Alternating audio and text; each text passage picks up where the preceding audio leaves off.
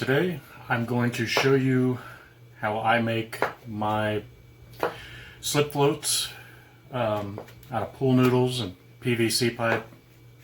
I use this for drifting live baits, cut baits for catfish. It's a really neat rig. It's a really fun way to catch catfish. Let me show you how I put these together. There's many different ways. I just made one right here. I'm letting it dry. So I'm going to show you how to make this one. So I cut it to a preferred length, cut my PVC pipe to a preferred length. You want it pretty much about the same length. Leave a little bit extra overlap for the pool noodle. So what I'm going to do first, today I'm using these anchors for putting up shelves. Normally I would just use a screw the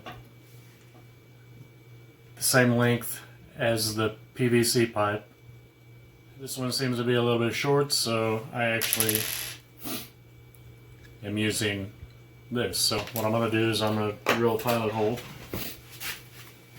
between a 1/16 and an 1/8 inch away from the top.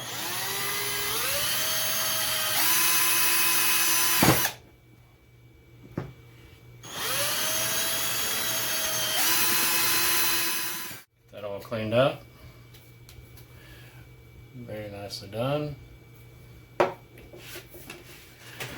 So a lot of times what I'll do is when I'm using a screw, I would take a coffee straw and cut it to where it fits on either side of the barrel swivel that will be in the center to keep it from moving. Today we're going to use this, and you need a fairly large barrel swivel for that, just to fit around the end.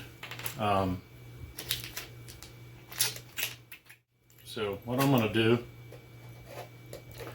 is I run that through there.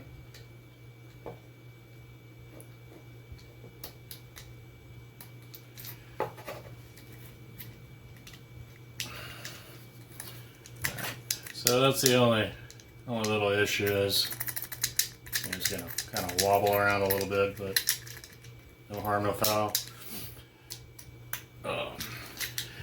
And you know, for added strength, you know, I'll run my screw through there just to give added strength to that so it doesn't snap the plastic in half. So just run the screw right down through there in the anchor.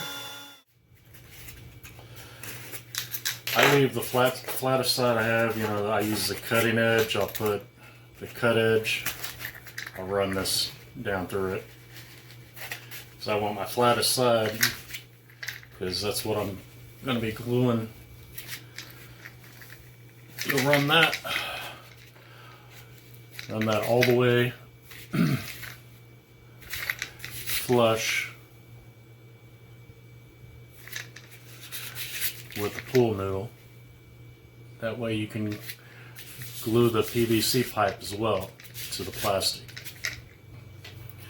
And some, you know, I'm just using various, you know, disposable plastic lids. You know, you can use stuff like, you know, Pillsbury lid. You know, it all works the same. Used to, I try to cut it to fit it beforehand, but you know, I found it much easier to just kind of cut the ridge off to where it's flat, and then glue it, let it dry, and then trim around the, you know, edge to get a nice flush surface. That seems to work better.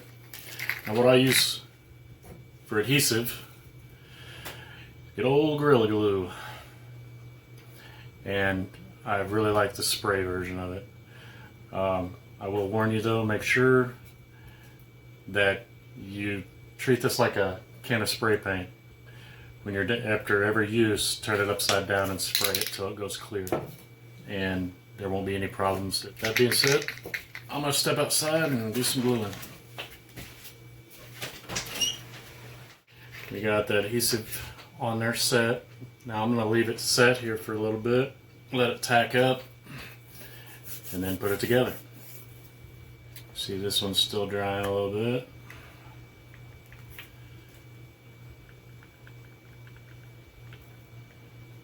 You know, once it dries completely, well, it's good and solid. It ain't going nowhere.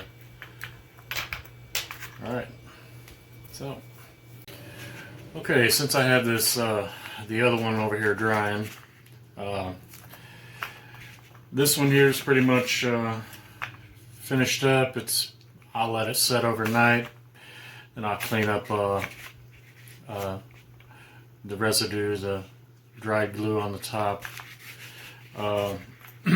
It's pretty well ready to go. A lot of people will put glow sticks on the top.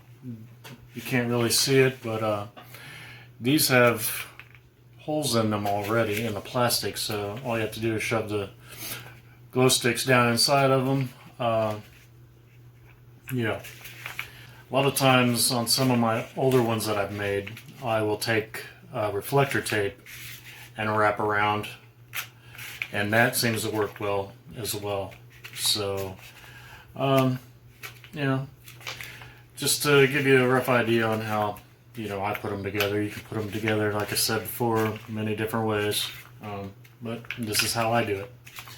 I thank you for watching. I hope this helps somebody. I'll see you again next time.